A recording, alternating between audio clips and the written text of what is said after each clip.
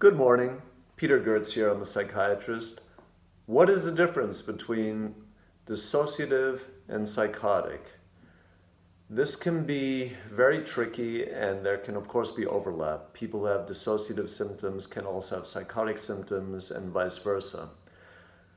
But there are some things to think about in differentiating the two, because in general, people who have dissociative experiences do not necessarily benefit from psychotropic medication to treat those dissociative experiences.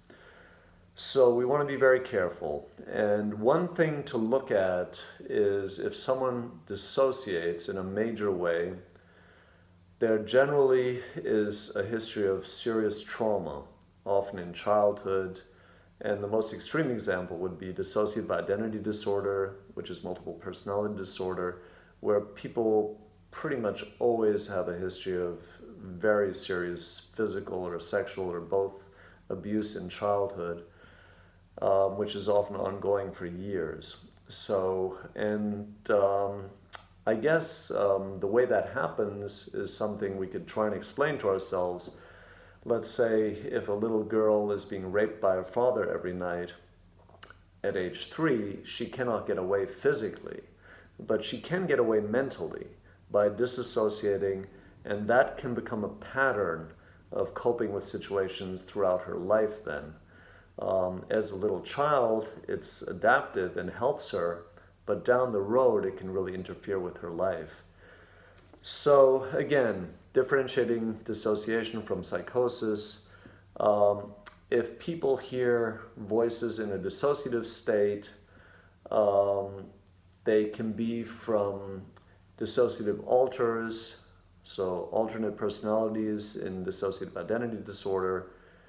And it can be tricky, but in general, if someone's psychotic, they do not describe the voices in as much detail and as clearly as someone who's dissociating. And they also generally do not attribute separate identities to different voices with regularity, in the sense that it's an alternate personality. So it might be the devil, but it's not going to be Ruth, an alternate personality necessarily. All right, and again, the DSM-5, like with many issues, the DSM-5 encourages us with justification, in my opinion, not to diagnose people who are not impaired in some way, socially, occupationally, not impaired in their functioning in life. And in general, people who dissociate can be quite impaired at times, but it tends to fluctuate more than people who are psychotic. They tend to be more chronically impaired. And one way of potentially differentiating is also the response to antipsychotic medication.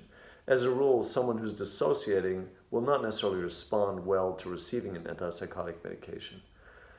And these things, if you're treating patients, these things can come out and blindside you. All of a sudden a patient in a visit to you may start saying, Karen keeps telling me to kill myself. And you wonder where that's coming from. But keep an open mind in the sense that things like that can often be related to dissociation. And unfortunately, probably too many patients who dissociate are being treated with antipsychotics, which don't necessarily help, unless they have an additional psychosis, which of course can happen. All right, thank you. Bye.